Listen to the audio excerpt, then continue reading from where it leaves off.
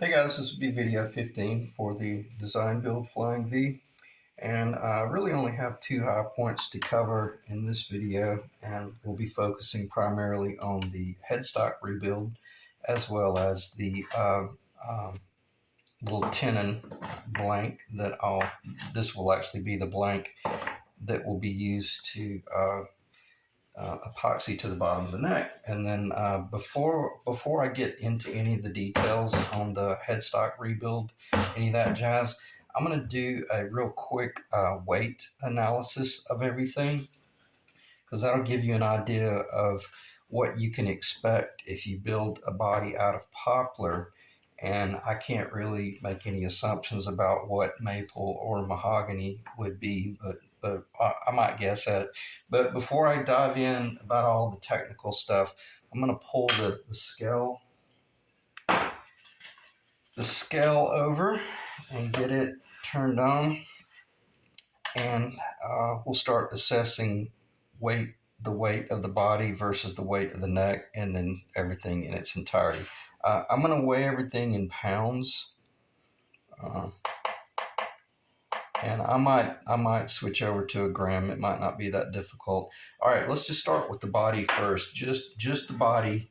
It will have the strap buttons and the little output jack there. And as far as how does it feel to me, it feels light. It feels very light. But the cool thing about it is I weighed everything a little while ago, and it ended up being a really healthy little guitar.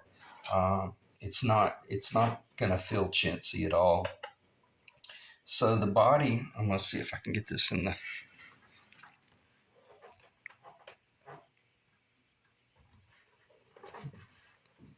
Sorry about that. I should have kind of verified. I think that's gonna show up. All right, we're looking at 4.906 pounds. Let me see if I can mode this to grams. Yeah, 2,225 grams. So 4.906 pounds for the body. And the neck with Spurzo locking tuners. I'll leave the nut off for right now, but this will give us a rough idea. The tuners add a considerable amount of weight as far as percentages go. Let me make sure I'm on pounds. Okay, 1.702 pounds. That's a really light neck. Now, obviously, it doesn't have the block, which bumps it up to like 1.8. Yeah, 1.886 pounds. But let's just talk about the neck for right now. And as far as what does this neck feel like, as far as balance, man, it feels really, really good.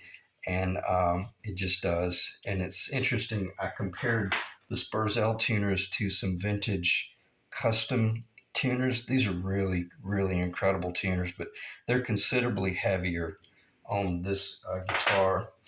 So let's go back to that. The neck and the tuners weighs 1.702 pounds, 772 grams.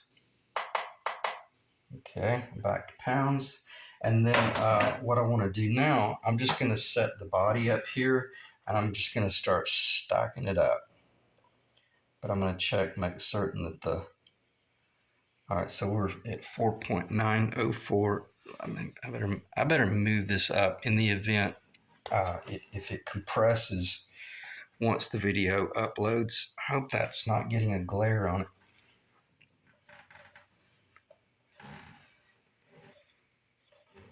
Okay, that should be fairly safe right there. Sorry about that. I should have assessed this before I started the video. All right, so we got the body, 4.9 pounds. With the neck, just the husk, is 6.604 pounds. Okay, now when we add a bridge, which we got to have a bridge, we are at 7.256 pounds. To me, this is a really healthy weight. It's not feather light, but it's certainly not heavy at all. And I'm going to be going with the three potentiometers, 3 knobs, I'm going to throw the little DP, DT switches up there. Here would be your strap locks, a couple of pickup surrounds, and the tenon for the neck. And what else would we have? We would have pickups here. This is the nut. The I'm going to leave this little tin in there just because I've got the Floyd Rose parts in there, but it'll still be a fair assessment. And here is a truss rod cover, and then I'm trying to think what else would it have. Well, what else would it have? It would have your pickups, whether you're one pickup or two pickups. And that's pretty much it, other than just a set of strings. And I think that would be the weight of the guitar. So let's see if that's showing up. And in the event it's not showing up, I'm just going to turn it if in case there's a glare. But it is 7.926 pounds. To me, that is an awesome weight. It's under 8 pounds, but by the time you get the pups in there, if it's hovering around 8 pounds, it's going to feel like a really high quality guitar, and that's loaded out. All right. So on that note, what I'm going to do now, I'm gonna pause the video, and I'm just going to get all this stuff off the table, and then I'm going to transition into just getting very technical about. Well, we'll start out talking about the body and the tenon, and then that'll be pretty lightweight conversation. And I think if anything, it'll just be really interesting. And then once I move to the headstock, we'll transition into some pretty detailed stuff. So let me pause the video and we'll start right back. Okay, in this section of the video, I'm going to spend probably about 15 to 20 minutes talking about the tenon and reeling myself in. I have to obviously stay focused on the fact that there may be someone that is a really good woodworker, is really confident with all their tools, but they've never seen anything like this. So some of this conversation might be a little bit elementary, but I think it'll be really beneficial. So you have to ask yourself, obviously, what is it that I'm doing or trying to achieve, and then how do I go about doing it? And I know that may sound kind of silly, but if you really think about it, well, I'm starting with just this right here, and there's several ways I could do this. I could do this with a router and a template, or I could do it with a bandsaw and just straight lines, perpendicular lines to one another, or I could use the tool that I'm really comfortable with. I love working with my table saw. When I'm working with straight lines and just doing actual straight line work, so so in the back of my mind, I have this idea. I'm working with a rectangular board, and I have a fence on my table saw, and I know that I'll be able to cut this tongue. And what I had mentioned in one of the video, I think it was the last video, it doesn't really matter what this tongue width is in our guitar, because we're just doing a prototype, we're just doing a one-off. But if you were moving into production, well, we all know that you would then go into the building templates, and you would have a template basically that would be the whole top, and you'd glue that body together and you'd clamp that template on, and you'd machine every bit of this stuff if you were working with a router. But since we're doing a prototype and all that jazz, I had the idea, I had the concept, but I simply just sat down with paper and I thought, what is it I'm trying to achieve? I'm trying to achieve, this right here. I don't know if I showed this in the last video, but I'll only visit it briefly. I'm basically just adding the black, the black here, and then the tongue. And now I think what I failed to mention though was when I do move into gluing epoxy or fitting this to the neck, all of this material up here will have to get cut out. I can't leave that material in right there where I have the pitch and the X. So I failed to mention that, but if anything, if you're mechanically inclined, you probably knew that. Well, he probably just failed to mention it. But I started with paper, and the reason I like starting with paper is because I can start seeing things from different views, from cross sectional views, from the bottom view, and then I can start looking at what item it is that I'm working with, and then I can start envisioning. Well, let's say I didn't have a table saw, and how would I pull this off some other way? Could I do this with a jigsaw and a chisel and and straight lines? Yeah, absolutely. Of course you could. Would it be the most efficient? No.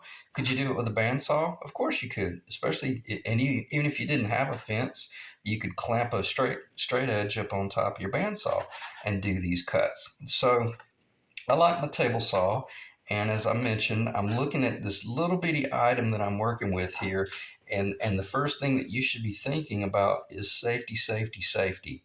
How can I how can I work with this little bitty board that is rock maple, insanely hard, and I know just the slightest little bit of kick, and man, this saw is going to throw this thing back at me. So on that note, I'm going to show you how you could use your table saw to cut a tenon. Let's say this is your fence. Okay, here's your table saw deck, and this is the direction that you'll always be feeding everything. If this is the table saw blade, if I can get it to stand up, I sanded a flat on it a little while ago. I might have screwed it up. Should be okay. All right, so here's how you would do it. You know that the block of wood, you would always start with it being S4S, but then you want it to be you want to achieve your target width, and I probably don't even have to tell you our target width is right at about 2 1/4 of an inch. Now does that mean that that's finished, the finished width? No. I'll probably shave a little bit off here and a little bit off there, and it'll end up getting tapered, with the neck and all that jazz, and all this will get cut out under here. But I have to have it S4S in order to cut this tongue. That's my objective right now.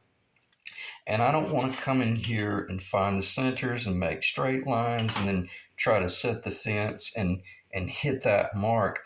I'm just going to work my way to it. And the way you can do that is imagine this is the end right here, and let's say that I'm just going to kind of guess at it. Let's say that's roughly our tongue, the target tongue. Well, what you can do is you set this saw. Um, you don't try to hit it the first time.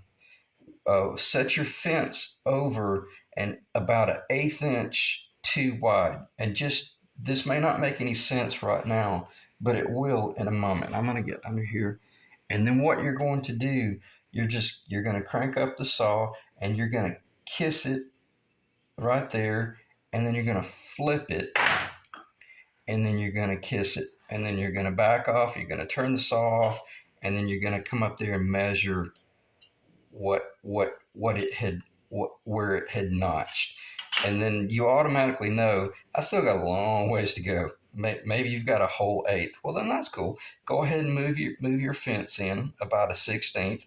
Even though know that you need to take off a full eighth, only take a 16th. Take your time and then make another kiss cut right there. Is that in the? Surely that's in the camera. I hope my hands aren't in the way. Obviously, that's your saw blade, and this is the fence, and you feed into it and kiss it. Why? Because you've moved this. In other words, what's your objective here? You're slowly moving into your target tenon. So you go up here and you kiss it, and then you flip the board over, and then you kiss it again, and then you back up, and then you realize, oh yeah, I'm close. I'm like within a 16th of an inch. Now this is where you start just, I mean, you should only feel the fence. When you loosen up your fence, you should only feel it move. And I have the um, oh, I never can think what it's called. Um, my table saw, I can use a dial to move that fence. I don't move the fence by hand, but I can crank that dial just a little bit, and then the fence will go over. And I hold my hand on, I can feel the fence move, because what you're doing now, you're finding that sweet spot where after about 3 or 4 passes, you've made a line up there, and then you make the other point, then you measure it and you realize, okay, I'm getting really, really close to my target. So on that note, leave the table saw right where it is, cut a little bit deeper, about 3/8 of an inch to half of an inch, and then flip it. Do the same thing. Then take that over to your miter saw and cut that out, and then fit it. And then you'll realize I'm a little bit loose or I'm a little bit tight. You make adjustments accordingly, and that way, I never even measured that. I just worked it on the table saw until it was just a real sweet, perfect fit, and I knew it doesn't even matter. There is no center. There is a center line, but I could care less where it is. All I wanted was this right here. I just wanted to make certain that uh, that when I press that board up against my heel, that on the bass side, on the back side, on the treble side, and obviously on the front and in the pocket. And I hope that was in the camera. I'm going to do a real quick pass again. Treble, back, bass, and then obviously the pocket. I didn't measure any of that. Every bit of that was just done as I needed. It was just shaped as I needed it. I'm not bragging. I'm just saying it's so easy to do this stuff. And I'm just showing you all you need is just a table saw and a fence and a little bit of time, and you could work your way to the finish line. Um, and also, what does this remind us of in one of our early conversations? Remember how much time I spent talking about, let's please try to figure out how to get that square. Let's get that as close to square as possible, if not perfectly square. And mine was right at 19 degrees in relation to the body. So now that I spent that time and found that perfect line, now as I was fitting all this stuff, it fit in perfectly. And even if this were a stain grade guitar or a clear coat finish, I would be able to work that enough that I'd be able to sand that. It'd be a really beautiful join.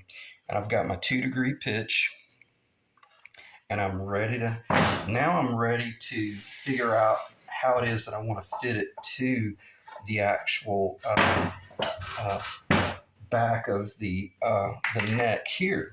And you might say, well, you're going to have to find the center and then move out, whatever the tongue width is, divide it by 2, and then have that on either side, and then you'll have to draw your real straight lines and make sure that everything's perfectly, centered with the neck.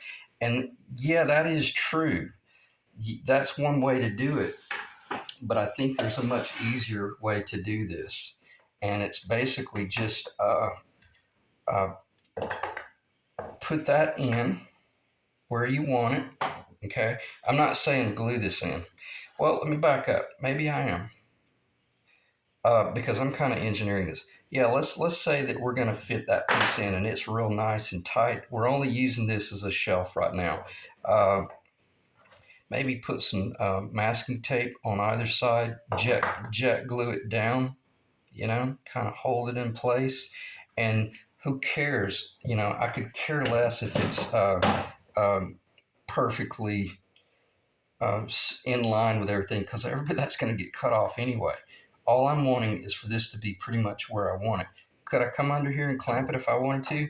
I could, but where I'm going with this is now all you would want to do is come up here and just set this neck And you guys probably know the magic fret location. I'm not even going to mention it because you already know what my fret location is.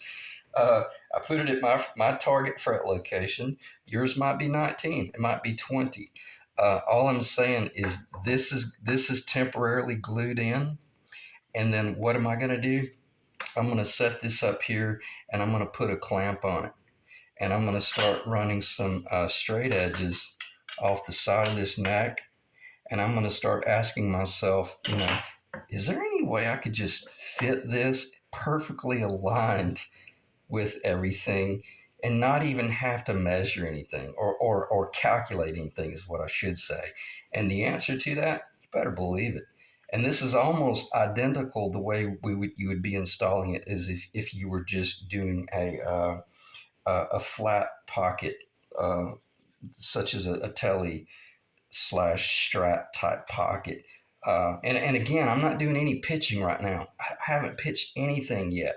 All I'm doing is, all I'm trying to do right now is marry this up to this neck. And when I do realize that I have found the holy grail spot location, et cetera, then maybe I'll make some key marks that I can follow. But for the most part, I'm kind of thinking about just leaving that temporarily glued in, putting some parchment paper out here, maybe putting some wax, maybe put some wax on there so make certain that no epoxy destroys anything. And I'm just going to epoxy this neck down to that tenon based on real slow clamping, blocking, and I got 30 minutes work time. And what I'm going to do, I'm going to line this neck to my actual bridge location. I don't need the bridge, I just need location marks, like tick marks down there, like these marks here. You have a center, and then I have I have a low E string mark, and then I have a high E string mark. As long as I know where the low E string and the high E string is, that's all I need. I honestly can with just straight edges epoxy glue that neck. Could you Titebond glue it? Absolutely. It'd be just as good. Why? Because you're going to be able to put really nice clamping force on it. Okay, so that may sound like kind of a cowboy way of doing this, but am I going to do it this way? I may. I think I am. I may come up with a different solution, but as of right now, at a minimum, there's a strong possibility I'm going to temporarily glue it like that with like the whole masking tape thing, or maybe even no masking tape. I might just do some jet glue spots here and some jet glue spots there after I feel like I know exactly where that location is, and then glue it together and then pull it off. And then that's when I will take my router. If I did decide to do it that way, then I'll take my router and I'll literally will sit on this little ledge and I'll just cut all that work out. I'm going to check the time because I feel like I got long-winded, but it's really not that bad. We're at 23 minutes, and I just want to make certain that I didn't rush that, but also not cause anyone to completely just lose interest, because a lot of guys that do this type stuff, they love the idea of like setting up a CNC or creating a program, or either setting up a really elaborate template and jig system, and everything's precision machine via a sled and all that stuff. Man, that's fine and that's cool. My hat's off to you if you can do that type stuff or you want to do that stuff. But I'm the type person, just give me the body. Just give me a little piece of maple. I'll figure it out. And all I need is my table saw, my blade. I got a $40-$50 blade on there that I trust, and I love that little saw, even though it's a contractor grade saw. I've got it tuned up to NASA specs. It's amazing what I can do with it. And by the time I filled with designing some sort of elaborate little clamping system that cut that out, I just work it to the body. And what's cool about this, even if I screwed something up, I could route that hole bigger. I could route it 1/16 of an inch bigger and just throw this in the trash or keep it as another sanding block. and build another one. So I just want you to see that a lot of this stuff is just make the call on site, and you'll be shocked at how simple this stuff really is. And as far as pitching, we'll cross that bridge when we're ready. But right now, it's not really all that important. All right, I'm definitely going to stop talking about that because I feel like I covered that enough to make you realize, well, okay, well that's pretty simple. That's easily done. I'm not saying this was easy, but at least understanding it is very easy. And the safety with the table saw, the eye protection, the hand protection, the vacuum system, blah blah blah, et cetera, et cetera.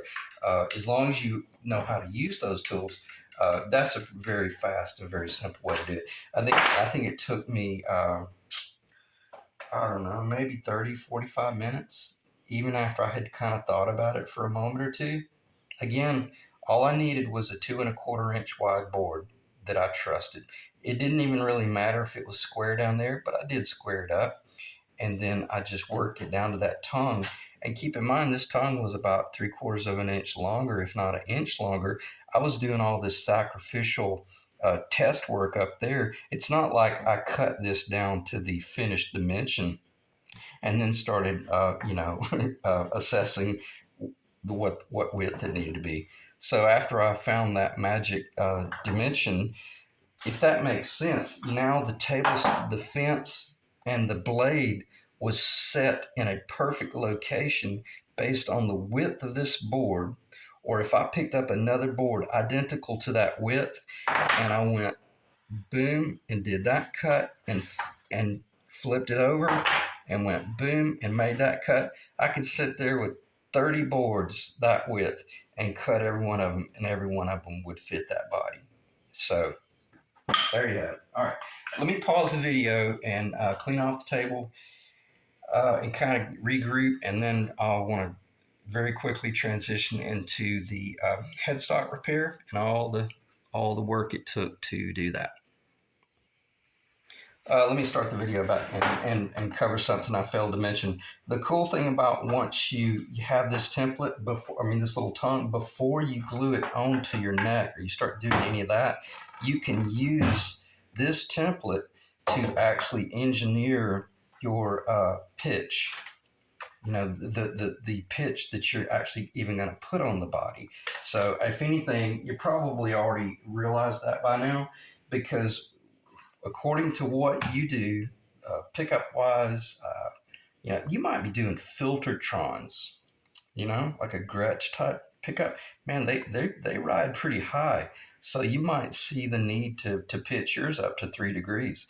My a hollow body, a Flying V that had the Bigsby on it, I had it set at 3 degrees, and it went up. It was just over 3/4 inch at the bridge, and then I was running that whole Bigsby thing, and it was set up on a Vibramate, so the Bigsby was already high. It was very much high in comparison to a typical Les Paul. So with that little tongue, even if you started out with a piece of poplar and just got comfortable doing that, you could use that as your template to adjust your pitch, and then you could come in here and you could start making. You could just start experimenting with different pitches and see what 1.5 degree does versus 2.5. And I will say it is very much exponential. So that the target you're probably going to be working with for a traditional setup is going to be somewhere between 1.5 degrees up to 3 max. But I'm going in at 2. All right, so let me pause and then we'll finish out with the headstock. Okay, very quickly before we move to the headstock, the only thing I did not mention is that once the fretboard comes up and if you're on a certain pitch, there's a possibility your fretboard is going to start floating above the top. You'll have to determine how best to fill in that void, whether it's with a little bit of a platform that matches the bottom side of your fretboard.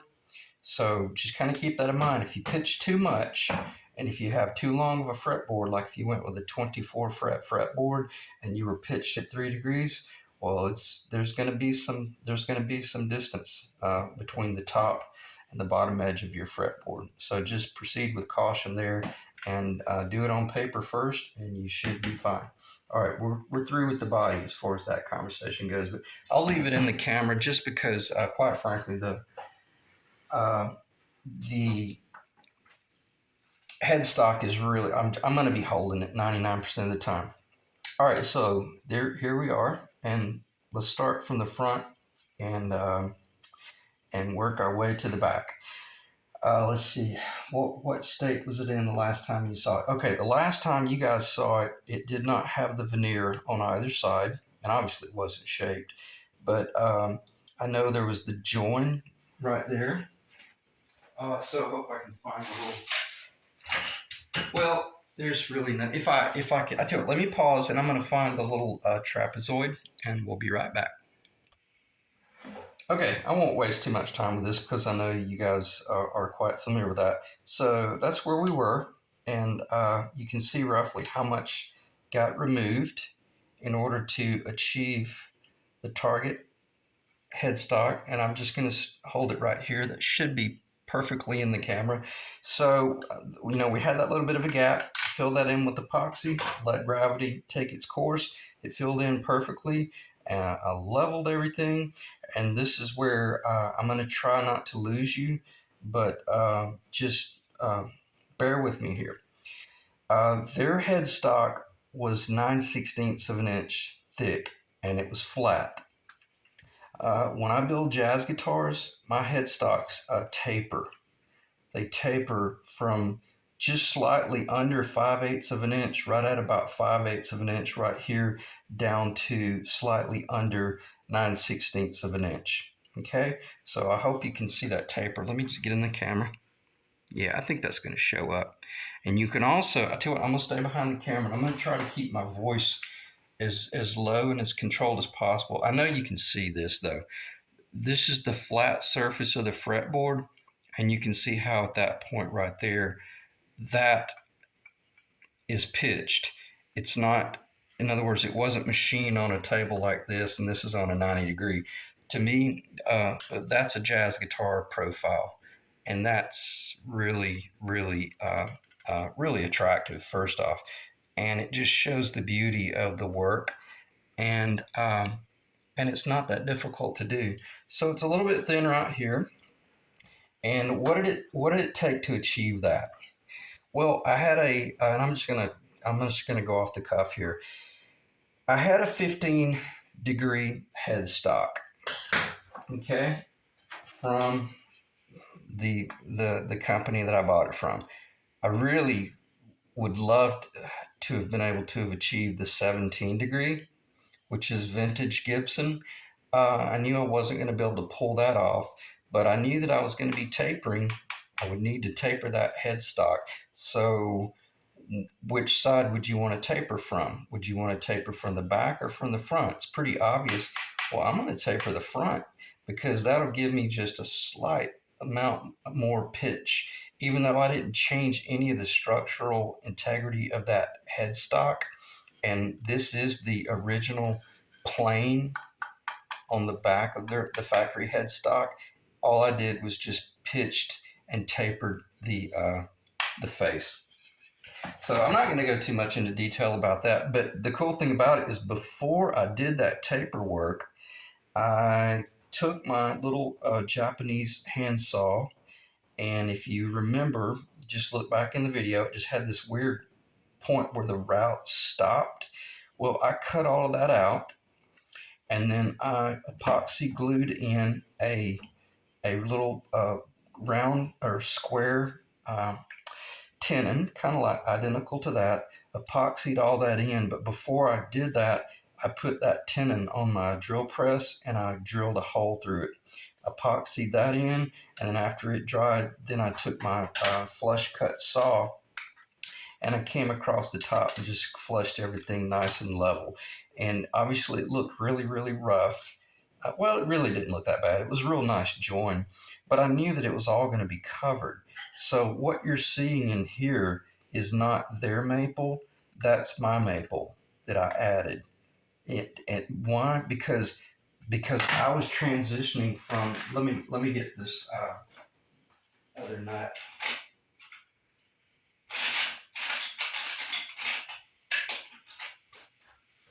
I should have left this on the table, but I was transitioning from their original design of, and I couldn't find the brass nut. I don't know where it is, but like from a traditional nut to this nut right here. And in so doing, I was moving everything out considerably. And I had to make certain, and I'm just going to have to force myself to not get in a hurry here and just slow down, because this is pretty detailed, and you got to really think through this stuff. So we're making that transition from the thin traditional nut, and even if that would be a Gibson width, to this wide platform right here. And we still got a little bit of a shelf there to deal with, but I was let me show it, but not nearly as much as it would have been if I had not have tapered that. Because and once I'm going with this nut here, I wanted to make certain. Let me do this right here. Bear with me just a second. I, I should be able to catch that point, and then let me get behind the camera.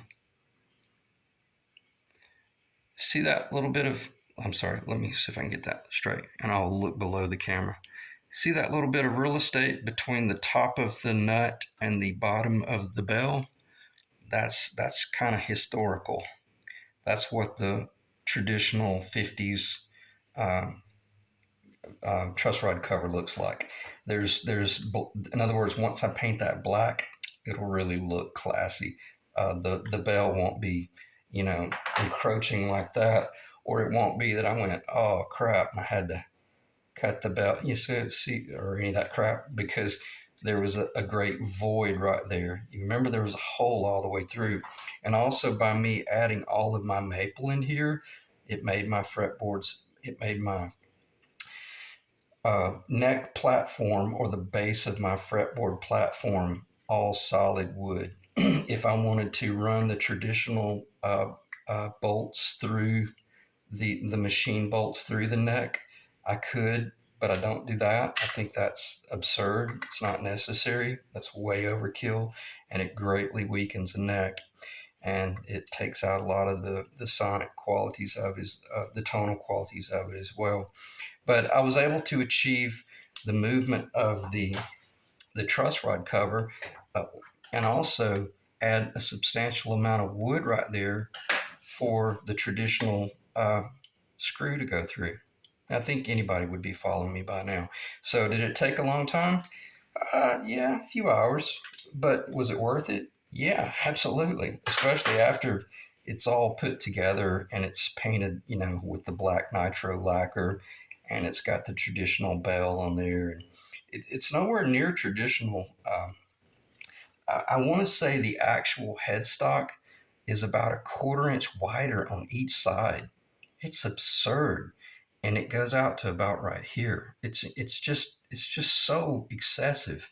And what's so frustrating is they're still doing it, and I don't understand why that they're still doing that. So I'll just leave it at that, because I know there are some guys out there that own those guitars and they're watching this video series, and I don't want you guys thinking I'm being disrespectful. It's just that I've built.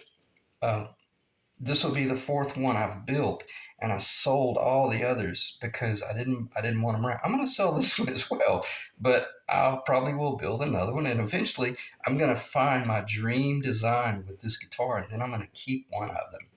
And will it be the hollow body? It may be, but probably not. I'll probably sell that one too.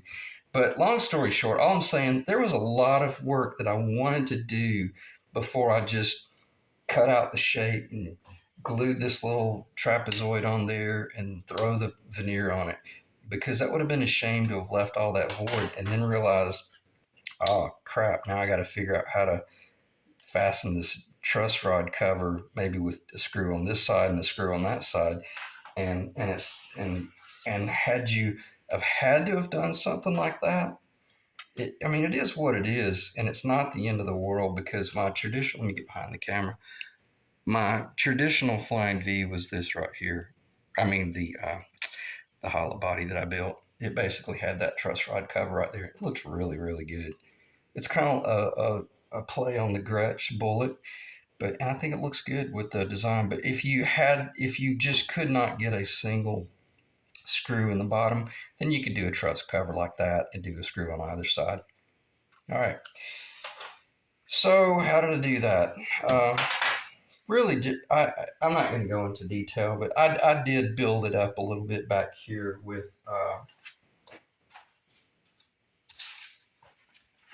some veneer.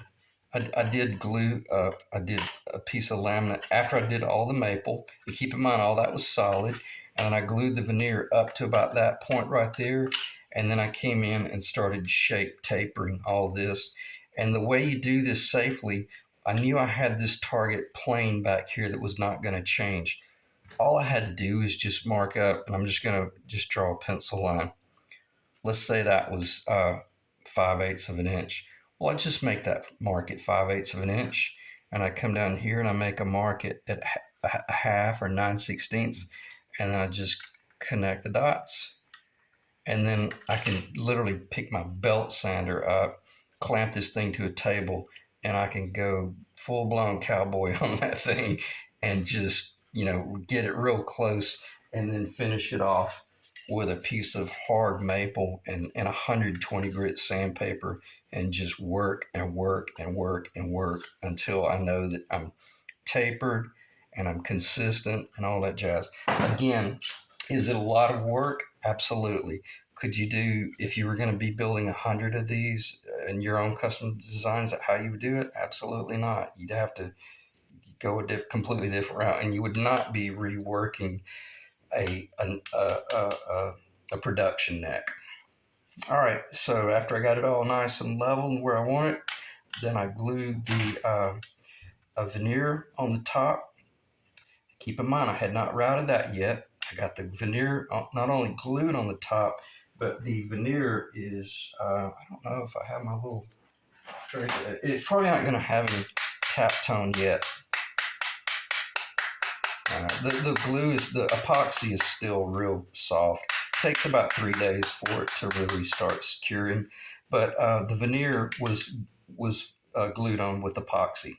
So our little trapezoidal framework for the outline was epoxy glued in, dried overnight, 24 hours. All that was leveled. Then this was all epoxied in. And as that epoxy was curing, I was able to shave all that down and then glue the veneer on and let it cure overnight. So the veneer's here glued for 24 hours. And I let the veneer run long right here. And for reason of just transition. In a lot of the jazz guitars, this is the way they. I've got to get a pencil. Oh, I've got a pencil right in front of me. A lot of the jazz guitar will do what's called a stinger, and they'll come in here with some sort of design, and maybe if it's like a maple neck, like a three-piece maple neck, where maybe they've done some ears up here, but they don't want to show all that work. I'm sorry if that was. Well, I got a lot of height there. I set the camera kind of high so I could go high. But they'll veneer over a surface, and then they'll so that you don't risk seeing any of the glue lines below it. And then they'll come in and they'll shape all of that, and then they'll paint it black. Even though this might be stained grade or clear coated, and you're seeing all this beautiful bird's eye or mahogany or this figured, and then I'll see it, and sudden you'll see this real cool black. It's called a stinger, and it looks like a shield, and it comes down on a point, and it literally travels down to about right there. So that's kind of what I did. I did a bit of a stinger because I sanded the maple down so I could put the epoxy down, and if I did have epoxy squeeze out, well, let it squeeze out, man. And then I shaped that to the neck. What did it also allow me to do? It allowed me to thicken up the neck a little bit at the first fret. It was just about a 16th of an inch too thin for me. I got a little bit thicker, and then I'm not finished, but then I'm gonna transition it into the neck. So I know it sounds like an insane amount of work, but it really was very enjoyable. And I say that to say this: this is when I'm doing headstock work. I love, just truly love working on headstocks. I love building a headstock. It's very rewarding. It's very simple, but it's very technical. And And it's awesome when you can look at that and realize, holy cow, man, you could just about, and I'll cover this briefly. This is the glue line, the epoxy glue line. If this was going to be a clear coated neck, I would not use the epoxy because it's almost impossible to do an epoxy glue line and not show. I would have done that with Titebond, the whole thing, and I would have had a lot more clamping force on it to make certain that that really closed up. So to me, that's an inferior join if you're doing clear coat work, but it's perfect for paint grade because this is all going to be paint grade. And there is a part of me I was thinking, man, it'd be awesome if I could. This is definitely going to be a black surface here, and this is going to be a black neck. And I got thinking, oh man, it would be so cool maybe if I came in with like a vintage amber white and did a white Stinger shield. So I may do that, or maybe a cream, to maybe complement the binding there. I'm not doing any binding, no binding. I'm going to stick to my original agreement of, why do you build a guitar like this so you don't have to do binding? So I'm not going to do any binding on the headstock. I want it to look very traditional. And I hope I'm not rambling. I don't think I am. I think I'm just kind of going into detail about what it is I did. Because doing that taper was not for the faint at heart, but certainly not something that's difficult to do if you just think through your job. All right, so what was next? After I got it out of the clamps, and every bit of that was just handwork. You start, and keep in mind it was still square. Even though it came out of the clamps, the first thing you do is start shaving down the sides. And also, I started sanding this I wanted to assess how much bird's eye was going to start showing up, or how close did I hit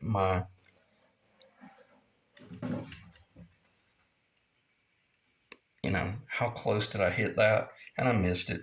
I missed it by about a 32nd of an inch.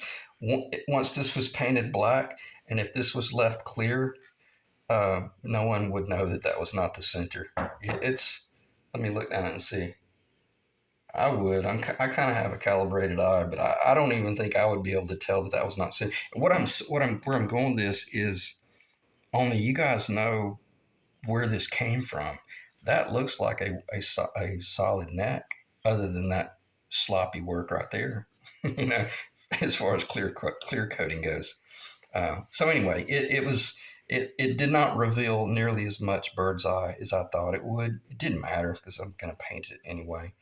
But and also, I'm glad I'm looking down at this. This is real sharp right here, but I'll come in with a small block that'll be very, very S4S and very firm. And then I'll come in here and all this will be rounded just to taste. And I'll look at the front, I'll go, yeah, almost there. And then I'll just kind of shape that. And then also all of this right here will get shaped in. I'm glad I'm doing this because this is something I need to cover. When I first started building guitars, this is called convexed. And then I thought that this convex came up and turned into a concave. And I was wrong, city wrong. That convex continues out the whole side. And if you're doing binding, and if you're not listening, I need you to pay attention right now. If you are ever considering doing binding, always make a very religious habit of keeping this, as soon as you come off of this surface here, stay very square and very flat. And I mean very, very much square and very flat, even when it's finished. And I always thought, oh yeah, as soon as it comes off that corner, it starts scooping. It does not scoop. Every professional guitar I've ever held, looked at, I've played a Benedetto at Gruen's years ago, and the first thing I want to do is kind of see how he went about shaping um, his heel, because it's one thing to see it on video, but it's another to see it in person. But make certain that you keep that very flat up there, and so that you see that beautiful, real square profile. But then don't be afraid, and don't let this freak you out. But I'm about to show you what you would do to start working it together. I've still got a high spot right there. This is a little miniature rasp, So what I'll be doing is coming in here and I'll be shaving that. Don't dare get up here. You don't want to hit that. You hit that, you'll be doing some epoxy work. But yeah, this is pretty important that I showed this. Just bear with me for a second while I already mentioned the whole stinger thing. But basically, this is just a traditional protractor. Is that it? A compass? No, protractor. Yeah, protractor, and it's a 6 inch, so that's a 3 inch radius. I already drew that line from that point. Let me just kind of re-highlight it. Let me highlight it and I'll show you. And if you do this on both sides before you start doing your shaping, I'm not saying that that is your target, but it will certainly give you a visual reference as to, because keep in mind, before I started doing this shaping, man, it was pretty much square right here, and it was real sloppy and nasty, and there was this veneer was hanging off like this right here, and there was epoxy coming out from under it. It was nasty. So you gotta come in with your chisel and start cutting into that stinger target, and you got to really ease up to it and make certain that you don't carve too far into this. So so again, I know that I've still got a ways to go, but see that pencil line on the inside? I'm able to sit here and just, and then even you, this is radius on one side and flat on another. So I'm going to flip it over and take advantage of the flat. I'm going to do a little bit of blending just for about one more second, maybe two, maybe three, but I need to stop because if I don't, I'll get in trouble. And you can come in here and just kind of keep that whole, see how I'm keeping that the convex shape, but then as I get out here, I gotta start staying very flat, but watching that. And I'm going to use this eraser. This is kind of good, and I hope this is not boring. But just you can use this edge to kind of start watching that pencil line, and man, you can define your stinger. I mean, you can define the stinger just within a matter of seconds, if not maybe a minute or two.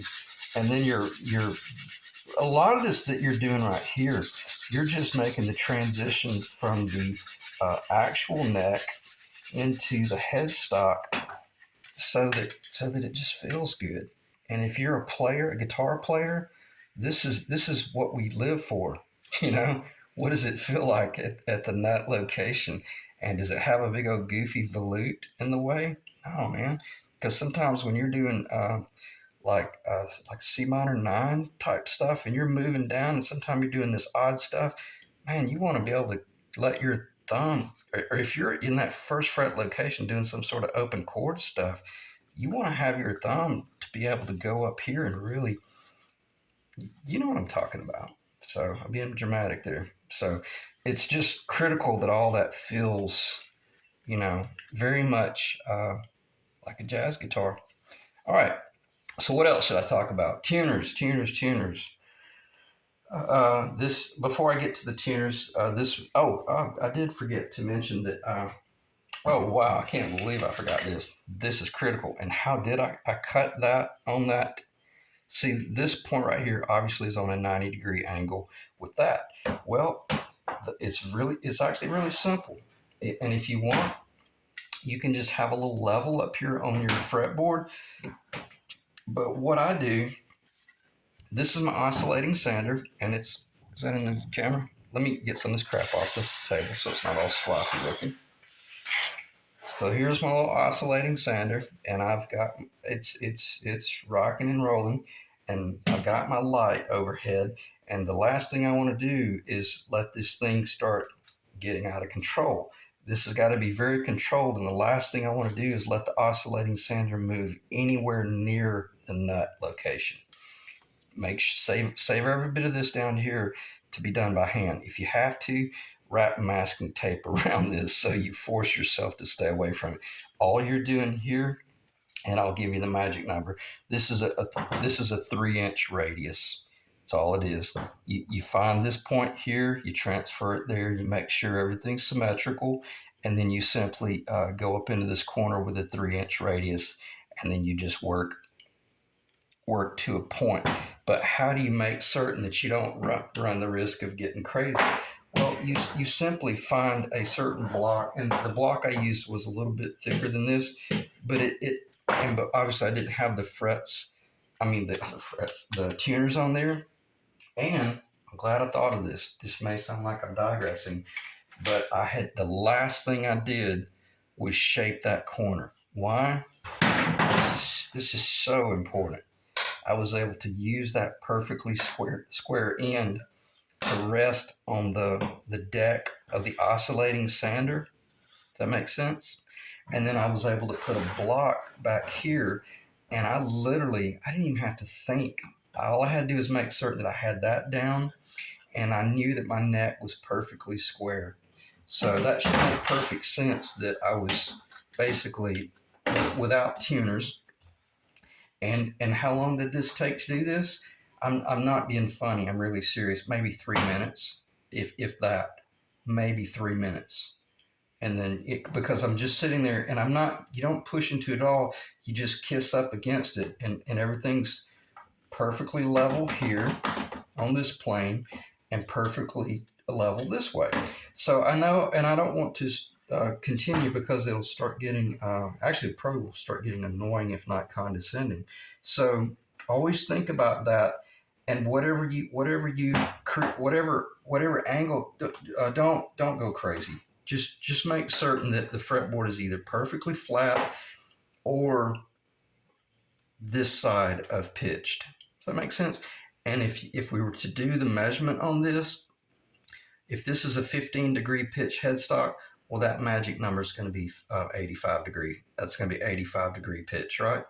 But mine's roughly a 16, so that would be 84 degree. So if you cut an 84-degree pitch over here, better make sure that whatever jig you use to hold that neck, you better make certain that you're still even at the same fret location, in order to cut the other one on the other side. That way, when you flip it over and you drill 3/8-inch holes through the back of that neck, well, actually, you're drilling from this side. But when you drill those locations and you install these tuners, you could come in here with a caliper and you can guarantee yourself that, yep, I hit it. And I'm looking at it. I'll show it. It's 1/4 of an inch. That was my exact target. So, and I hit it on the head. Anyway, so it's critical that you, and see, if this pitch had gotten funky, every bit of this would have changed. So there's a lot more going on here than just changing the outside profile of the headstock. And then after I got that, well, you want to know the truth, and I'll keep boring you. If you're still here, you're probably truly interested. How did I cut this shape? I put masking tape down, and I had a straight board, just a simple little board about 2 or 3 inches wide, about 8 inches long, and I glued that board down on the pencil line, and I took a router and I cut that off with a router, and then I peeled that off, put tape over here, glued the board down, clamped my neck onto my little routing station table that I can clamp down really well, and just didn't even have to worry about the neck. It's floating, it's back there clamped down, and then I cut that with my router. That took about 30 minutes. And then it was still square. Looked like that right there, basically. And then the very last thing I did was took my tracing template, and I'll give you the dimensions. That's a 1 3/8 inch diameter circle. I think that's it right there. Yeah, because I had my suture line. I found my 1 3/8 inch circle, and I drew a circle. Okay, and then I already had this point. I was working off the center line here. I measured over from here to that point, from there to that point. What is this? What is this width? I'm just going to give it an SAE. It's 3 7/16 of an inch. You could probably go 3.5 and it'd still be fine. I want to say, who is something like 4.5. It's absurd. And here's the magic. here's the truly critical dimension. From the beginning of the fretboard to the end of my headstock is 7 and 9/16 of an inch. And that's not a mistake. I'm reading that accurately. So it's 7 and 9/16 of an inch long from the fretboard. And once the nut goes in there, I don't really care. Well, do I care? I do care. And did I shift this one a little bit? I did. Yeah, this is pretty important. If I was going to go with a traditional nut, I would have brought this down. And my other Flying V's, I think they were 7 and 3/8. So it was kind of that difference between the traditional nut up to the. This will be a great view of this. This would be one other than my thumb is in the way, but there's no other way to hold it. Considerable difference. Jeez, this is ridiculous. I'm trying to do this so that you can actually pause the video, and because it helps you see just how much engineering you're doing to keep a visual. Where I'm going this one over here, way too long right there. But if this fretboard scale had been like a 20, well, let's say this was a 25-inch fretboard and or 25-inch down here, but you wanted to go 25 and a half, well, you could put the full 1/2 up here if you wanted to, but then you'd be re-engineering your body. There's things you can do, splitting the difference at the top or carrying all the differences up at the top. But what I'm saying is this is what you want to see from a traditional standpoint. As soon as this headstock comes off of this nut, it needs to begin to pitch on a compound radius. And a compound radius like a French curve fashion, but buddy, it better be taken off. It better be taken off very quickly. Okay, all right. I'm going to pause the video and kind of think about what I might have failed to mention, and just kind of regroup and decide how I want to proceed, because I don't want this to turn into an insanely long video. Hey guys, I'll cover the tuner installation very briefly here because I know we're already over an hour, but I'll try to keep this as quick as possible. The cool thing about building the Flying V and the whole symmetrical headstock is, as you can imagine, the only thing I needed to cut the tuners was the 3/8-inch Forstner bit on the drill press, and I cut it from the back side. So this was face down, and any alignment that any layout work that I did on the top, I transferred it off the side with straight lines and very much to the back. I set my tuner locations 1/2 of an inch in, because this is a fairly petite headstock, and I didn't want these two tuner locations to get too close together. You've already seen the back. If you want, just go back and you'll see that there's a lot of space between them. They're not cramped at all. But I set them at a 1/2 inch. I typically set my tuners at 9/16 of an inch. I set these at a 1/2, and then I simply just did a straight line. Did a straight line there, and then transferred it to the back. You can use a compass if you want. On a headstock like this, you find the center, and then I'll try to do this as quickly as I can. This is pretty important. But you can use your compass just like a navigator would. You make a mark there. Well, as long as you're perfectly centered and you go over here and make that mark, they're going to be symmetrical. Now, I didn't do all 6 of them that way. But I did do the low E and the high E location that way, just for kind of double check reference. And then once I had that, then I measured up 2 3/4 of an inch from the center of that post to the center of that post. Find the middle, it's 1 3/8 of an inch. That's traditional layout on a Gretsch. And I think it might be very close to the traditional guitar as well. They may be very different because it's a big paddle headstock. Who knows? Don't care. Again, I'm not building a Gibson.